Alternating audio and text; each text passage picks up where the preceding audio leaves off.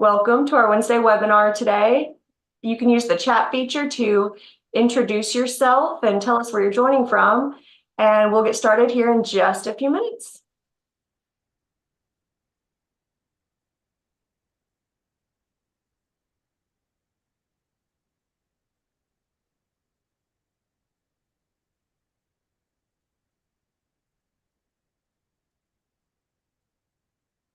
Looks like we've got Terrell, Texas joining us, Josephine, Texas, Tucson. Awesome. Thank you all so much for being here. And for those who've just joined, feel free to use that chat feature. You can introduce yourself that way. And then also as we go, you can use the chat to ask questions or use the Q&A feature. We'll be monitoring that, and then we'll get to as many questions as we can at the end of the presentation. But for now, I'm going to go ahead and introduce our guest speaker today. We have Teri Pennington, and she is talking about ransomware, which I know is not always said in a good way, but it's good to learn about it for sure. I did a little bit, of research and found that, I'm going to read this so I don't get it wrong, but there are an estimated 1.7 million ransomware attacks every day, or 19 attacks per second. And I found that to be enlightening, kind of scary, but certainly an important topic for us to talk about. And so, Teri, we want to say thank you so much for joining us today. Also, before we get started, I want to introduce my wonderful colleague, Kim, who is our client services manager. And so, Kim, if you just want to give us a wave, we're so happy to have her on with us as well. But without further ado, I'll go ahead and turn it over to you, Teri, so you can get started. Great. Well, good morning. My name is Teri Pennington. I retired as the CIO for Austin Water. Before that, I was the deputy CIO for the city of Austin. In year 2000, I put in their second ever firewall. Over the next 15 years or so, I was responsible for putting in the security infrastructure, the policies and procedures, putting together a security team, investigative team, did the PCI and CGIS audits. So really ran kind of the gambit of cybersecurity. Obviously, then I went to Austin Water and became a CIO there. So, I know how to purchase. But my original love is cybersecurity, and I've never really left it. Since retiring, I've been doing some consulting, mainly on the application development side. The messier, the more interfaces, the better. But we are here to talk about ransomware. So by all means, please go ahead and put any of your questions into the chat. This presentation is not for cybersecurity professionals. This is not for really IT professionals. This is really for non-IT professionals. So if you are a cybersecurity professional and you might get annoyed because I'm not going down into detail on a lot of things, my goal here today is to really help you in your entities be able to focus on a couple things that will really help you prepare and be ready to withstand or prevent a ransomware attack. I'm also not going to recommend any particular products. There's a ton of them out there. I'm sure there's other entities that can help you with that sort of selection, but I will give you the kinds of products you should be looking for that will help you. All right, well, let's go ahead and get started. Let's see. Yeah. All right, ransomware is a type of malware that once it gets into your system, it encrypts your data. And then, of course, somebody calls you up or sends you an email and says, hey, well, I will give you the decryption key if you give me $1 million. Anyone under 30 is not going to know that reference. But so the best case scenario is you give them the $1 million and they give you the decryption key and you get your data back. Worst case scenario is that they steal your data, destroy your data, and don't give you the decryption key. So there's just no guarantees there. You have no idea what you're going to get. And there is ransomware as a service. And that means that people who are not technically inclined can throw down, a few $1,000s and be able to do their own ransomware attack. So it is getting easier out there. I would like to kind of go off of what Chris has said here earlier. The ransomware attacks, the cybersecurity attacks are just going up. So the question is not if, the question is just when and how prepared you're going to be for that attack. So hopefully we can get some good suggestions in here today that you can be better prepared for whenever that when happens. So let's just go on the basic solution to ransomware.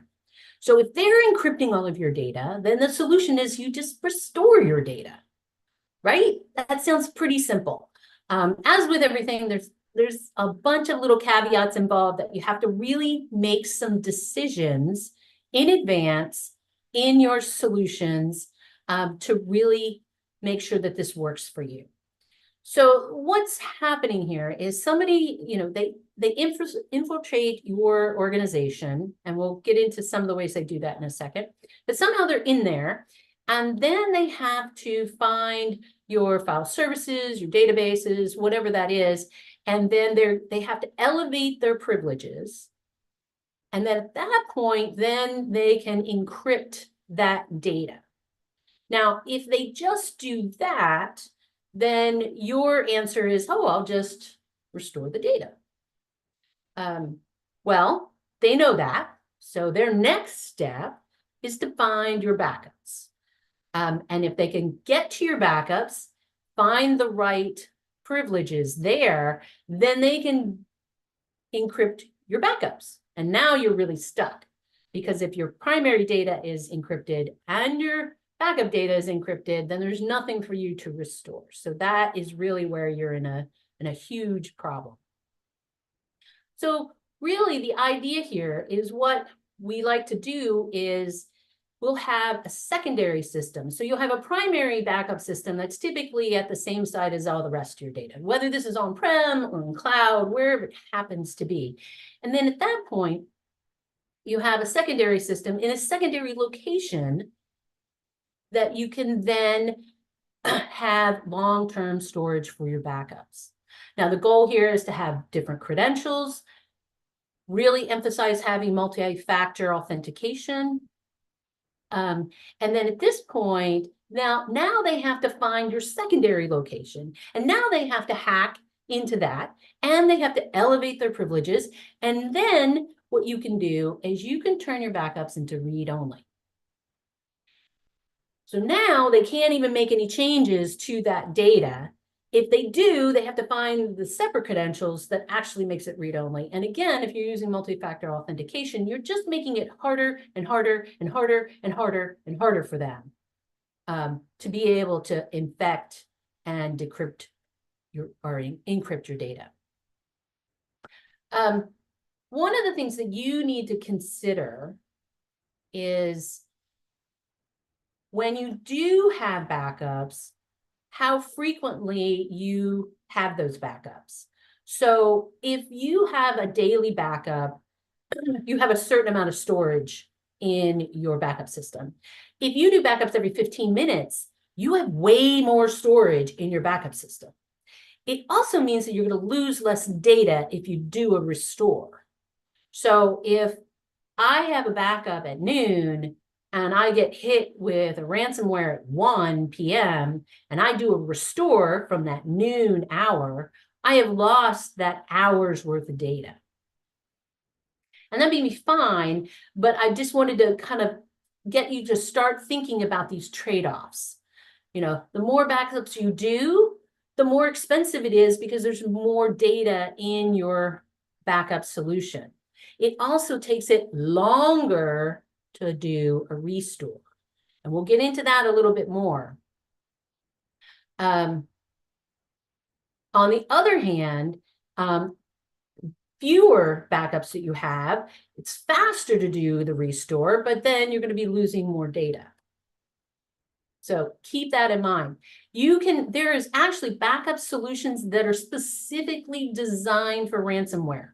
I imagine in 5 years, they're all going to be designed for ransomware. But right now, excuse me. I apologize. Right now, they're not all designed for that.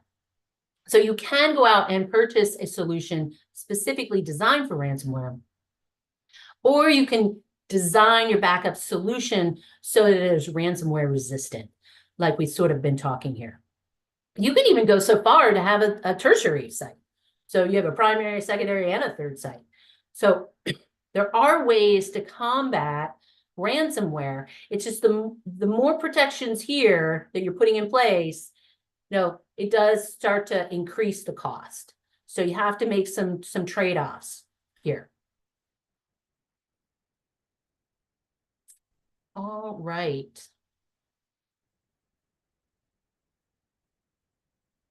So how do we protect our system so that we don't get the attacker in our system in the first place? You have a bunch of these already. You already probably have antivirus, you already have malware protection, you already have a gateway that's protecting your system before it gets to the inside and strips away all of those nasty bits of code. I do recommend that you have endpoint protection. This is going kind of above your traditional antivirus malware solution because it's behavior-based. And what it's looking for is it's looking for a code that is actually doing the encryption. So, a standard laptop shouldn't be doing that. So if you have a laptop that is actually encrypting things, your endpoint protection should throw up an alarm and ideally allow you to isolate that system. I also recommend using two-factor authentication. I mean, if you're not using it now, by all means, you've got to start using it. I do recommend the Authenticator app. There's various types out there, but sending a text message, it is vulnerable to a man-in-the-middle attack. So I do recommend using the Authenticator app. And employee training. Got to keep them from clicking on everything. They need to understand, what is for their job and what is just fun. The phishing attacks are getting far more sophisticated out there. They're going after accountants and they're sending them, invoices. So these are the kinds of things that we really need to educate our users on so that we can protect the whole entity. It's getting even more difficult these days with the work from home. Everybody's working from everywhere. It's so important to have a good VPN solution and make sure that you have protection on that VPN solution. Most of them do have a NAC, a network access control, which does put that little gateway, it's like a little baby gateway on every single VPN connection coming into your entity. So those are some of the ways that you can protect from getting the malware in there in the first place. So what do you do to prepare?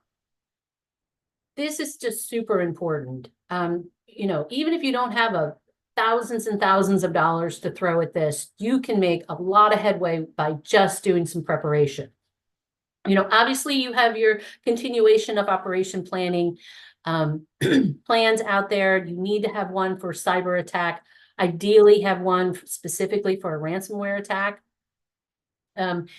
Let's just say that ransomware gets inside, but you have good backups.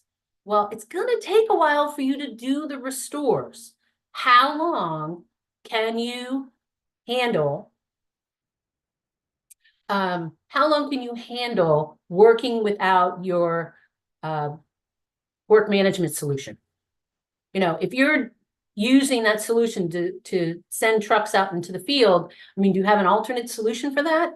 I mean, how are you going to handle, without your accounting system? So think about that, have alternative plans ready, and then consider how long you can live without those systems. So that's just super important. And that's not really an IT thing. It's really just an everybody thing. So, the IT department isn't going to be able to help your accounting department figure out how long they can handle without the financial system. So keep that in mind, that everybody needs to kind of start to consider that. And then your IT organization can really help you with, maybe some funky workarounds that can help you keep going in the event that you don't have access to your main systems. Have a communication plan. Who's going to notice this first? The help desk, most likely. You're going to have somebody out there going, I can't get my file. It's not coming up. And they're going to start calling.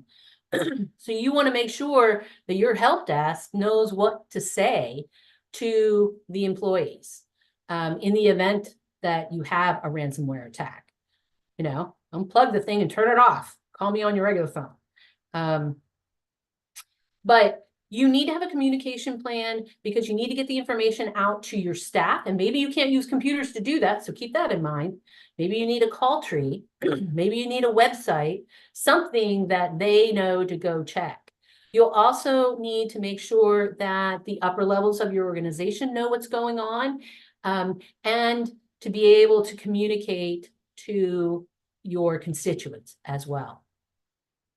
You want to be kind of careful about how you talk to the public whenever you're under a cyber attack. If you go and you say everything's fine, then it might embolden the hackers to double down on you and really mess up your life. On the other hand, you don't want to say everything's all crap, because then, your constituents are going to get mad. So you got to really try to thread the needle there, that you're working on it. It's very serious, but you're going to keep everybody informed, something that keeps everybody sort of calm, but doesn't make things worse. You probably need to make sure that you contact law enforcement. The MSISAC helps with local and tribal communities with cybersecurity issues. Your law enforcement folks and your IT folks probably know about them. In the past, they've been available to do consulting help, but these days there's just so many ransomware attacks, they can't help. So they're only going after the really big ones. Obviously, law enforcement, FBI, your local law enforcement, just make sure that everybody knows that you're under this attack. And you want to decide in advance how you're going to handle chain of custody. So if you're fighting an attack and you've got people who are wiping laptops and you got people who are turning off ports and other people who are doing the restores and all that other kind of changing passwords and doing all of that, all of a sudden, the idea that you can take the infected systems and put them off to the side so that law enforcement can do their thing with them while you're doing everything else, and then you have, I guess, another system that you can use. I mean, it's just a lot of resources at a very critical time. So you may want to decide in advance whether you're going to go and try to preserve the chain of custody. And maybe for like a smaller attack, then you don't do that. But maybe for a larger attack, you do. And maybe you bring in folks to help you with that. And so that's where the professional help contract comes in. I really believe that having somebody on contract or ready to be on contract is really something that you need to do in your preparations. I mean, think about it. Even if you have a cybersecurity staff, they're probably not experts in finding hackers that have infiltrated your system. That is a very specific cybersecurity skill. And if you're not doing that full time, then you might not have the expertise in-house to do that. So get somebody that is their expertise, that they can, really make sure that they can come in and help you get rid of that attacker. Most attackers have been in your system for months. If they're good, they've been in there for months. And so it's going to take a while to get them out of that system. So you're going to need professional help. And maybe you don't need it all the time, but if you're really struggling, then you don't want to spend 6 weeks trying to go through a procurement contract. You want to be able to get somebody on site tomorrow or today, one of the two. So keep that in mind. All righty. So during the attack, do you have somebody watching? I mean, who's watching? I mean, certainly the help desk is probably going to notice. If it's actively going and files are being encrypted, then, your customers are going to know and you're going to start getting calls. But you really do want to have somebody whose job it is to keep track of those alerts that are coming out. And you want to set the alert levels that are appropriate for your organization. So if I have an organization that has, I don't know, 20 people, then if 3 people get infected with something with the same symptoms, then maybe I'm under attack. But if I have 20,000 systems out there, then maybe I want to move that alert level up to 30 or 50. So that's something that you need to kind of decide. You don't want that stupid thing going off every day, but at the same time, you want to have it at a level that will allow you to deal with the problem before it gets too bad to do anything about. So have those alert levels and have staff. It doesn't need to be cybersecurity staff. It's great if it is, but it doesn't need to be. Maybe it's somebody on the help desk whose job it is that if they get 5 of these alerts in a row within 5 minutes, they need to go and push it up the chain. You need to be able to isolate those infected systems. So your network folks need to know what to do. Your database folks, they need to know what to do. Specifically, most people think about their PC support kind of folks and their help desk folks, but whole staff needs to know what to do.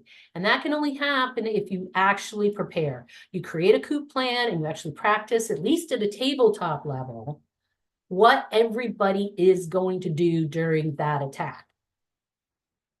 You want to have a communication plan. Having something where there's somebody who's designated as a communications person, according to your COOP plan, who can then check in with the IT folks, maybe every hour, so that you can allow those IT folks to work. They are going to be busy. And you also have to keep in mind that this kind of thing is not like an 8 to 5. So you're going to need shifts and you're going to need food. And, this whole thing can take weeks. So depending on how bad it is, you really need to kind of keep that in mind. Your IT staff is going to be busy and you're going to need to make sure that that communication is not happening from that one critical guy whose, job is to root out the infected systems and do the restores too. So got to give those guys some chance to work. And of course, calling in your professionals. When they come in, the cybersecurity guys, their job is going to be to find the infected systems, to find the malware, to close up vulnerabilities. It's not going to be doing the restore. Your IT staff is going to be doing that. So these guys have a whole nother set of work to do on your systems. So keep that in mind that, just because you're bringing in help, it doesn't mean they're actually helping your IT staff. They're there to get those infected systems, not necessarily to, help wipe and reinstall laptops kind of thing.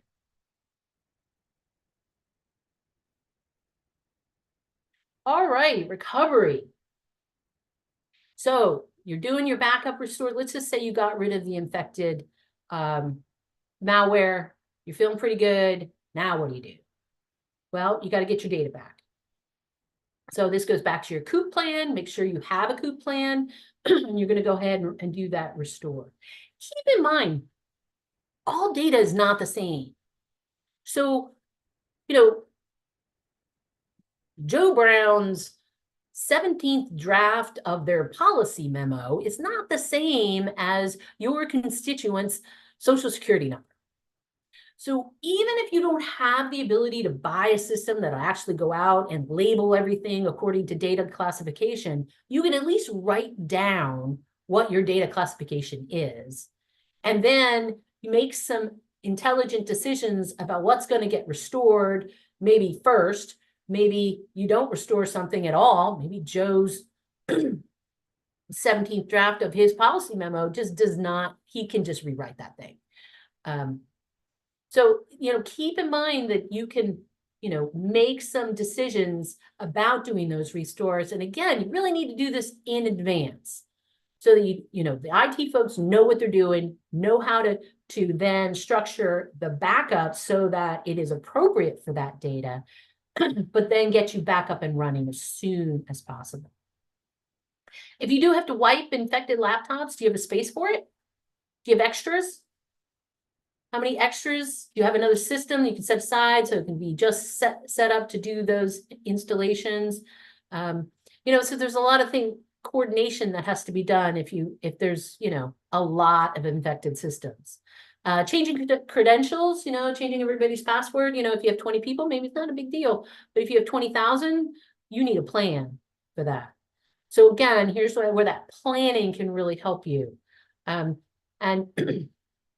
honestly, some of these decisions aren't hard to make. You can just sort of sit down and just go through the list and make them so that you then have that information ready and available for your IT staff. And then obviously communication. Your employees, they're going to be feeling odd and weird. And did I do something wrong? And maybe they did, maybe they didn't. But, how do I get my work done? Am I supposed to check my email, even if I'm on my own system? How am I supposed to work? What are your constituents supposed to do? You got to make sure that you got that communication out there. I don't know if you guys remember last summer, the car dealerships. There's a CDK is a software company that does software for car dealerships, and they got hit with ransomware. And they basically do all the car dealerships in the US and some in Canada. And they were down for like 3 weeks, and you couldn't buy a car. I mean, literally, they were sitting there hand writing the contracts and everything. I mean, it was just crazy. So, having a communication plan so that you know what your customers and constituents are supposed to do in this, whatever this period is just super, super important. But, okay, I think that the one things that I want to kind of leave you with is that with some planning, especially if you're planning out what data classification you have, making sure that you size and do your backups strategically so that you can then make sure that you have the right data that's safe and locked away for you. Make sure that you have closed off the obvious holes in your network with your edge-based protection, and your training is super important. Go through your COOP plan. Make sure that everybody knows what they're supposed to be doing in advance. I mean, these are super easy things to do. They don't require a lot of money. You can always go and buy a solution that's specifically geared towards ransomware. There's are nominally more money, and you may decide it's worth it. You may just decide it's worth it. Also, make sure that you're talking to your law enforcement. Make sure that you have somebody to call on who are cybersecurity professionals to help you with those really entrenched hackers. So I think with a little bit of planning, you can really put yourself in a much better situation to withstand a cybersecurity attack, or excuse me, a ransomware attack. And I don't think it necessarily is going to cost you $1 billion. So I think that's where, a penny of prevention goes a very, very long way. I'll open up to questions. Teri, that is awesome. Thank you so much. It's such good information. I just have a question, kind of tagging on Amy Davis made a great comment in the chat. She says our IT department regularly sends fake phishing emails to our staff. If you fail and click on the wrong thing, you're required to repeat the 1 hour cybersecurity training. That's amazing. Do you have other tips or things that you found that worked well when we talk about this employee training? Because I think that is one of the key things that really, can prevent a lot of this from happening. Yeah. I absolutely love that. I have also heard about gamification of this sort of thing. You know, yes, if they click on it, then, it's sort of a negative. They have to do an hour. But you could also do the opposite or both, where if somebody finds it and reports it, they get put into a pool and, every month there's a gift card or, you get a parking space or, maybe you go up on the wall of fame or something like that. But to really make sure that you've got something fun to do so that people are actually seeking it out. I love the emphasis on trying to reward employees for seeking it. I think that's awesome, Teri. And I know probably a lot of cities and counties out there have some type of onboarding that involves cybersecurity, but those check-ins to make sure people are just always on alert for that seems so important. So this was really helpful information and beneficial, I think. I want to invite anyone, if you have any other comments or questions, now's your time to do that. If you do want to go back and rewatch the session, you can find that on SGR's YouTube channel, and feel free to comment on that as well or ask any questions. But next week, we have another Wednesday webinar, and it is emotional regulation with Marcel Brunel and Dan Newby. They are the co-authors of the book Dignity in Policing. So if anybody attended the Servant Leadership Conference, I think it was the year before last, but it might have been last year. Marcel was one of our presenters and really dynamic, engaging, and super knowledgeable. So I want to invite you all to register for next week's Wednesday webinar, and we'll send you the link to do that as well. But if nobody has any other questions, I'll wrap up now, and we'll see you all again next week, I hope. But Teri, thanks again for being here, and Kim and Lisa, thank you so much for all your support and help. And we'll see you all soon.